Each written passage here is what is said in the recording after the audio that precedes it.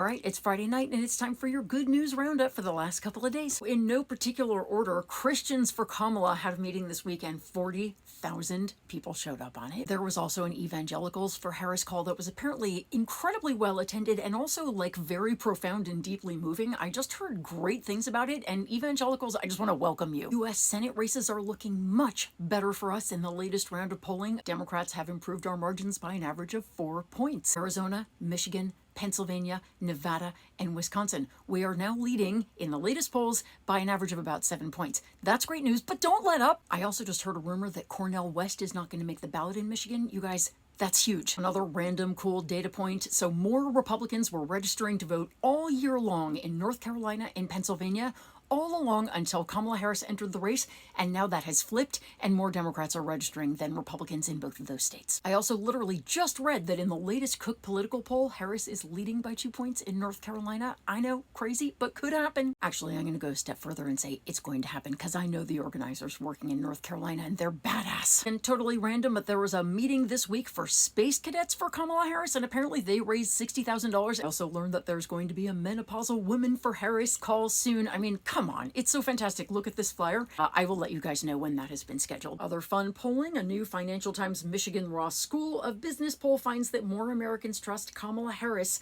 to handle the economy than Donald Trump, 42% to 41%, and that was before her absolute fire speech today, where she talked about basically a housing moonshot, a $6,000 child tax credit, and all of the other amazing stuff she is going to do for our economy. Postcards to Swing States, one of the best postcarding campaigns I know of out there. So far this year, their volunteers have placed more than 67,297 orders for 20.8 million postcards. They are expanding their goal to 36 million postcards. Oh, I have information about that in my link tree too. Vote Forward also announced that they have adopted out 3 million letters. They still have 7 million to go, just saying. A new Monmouth poll shows that voter enthusiasm is increasing dramatically. Before Biden got out of the race, it was going up slowly but had never topped 50%. Now that it's Trump versus Harris, voter enthusiasm has risen to 68%. The biggest jump has been among Democrats, who went from 46% in June to 85% now,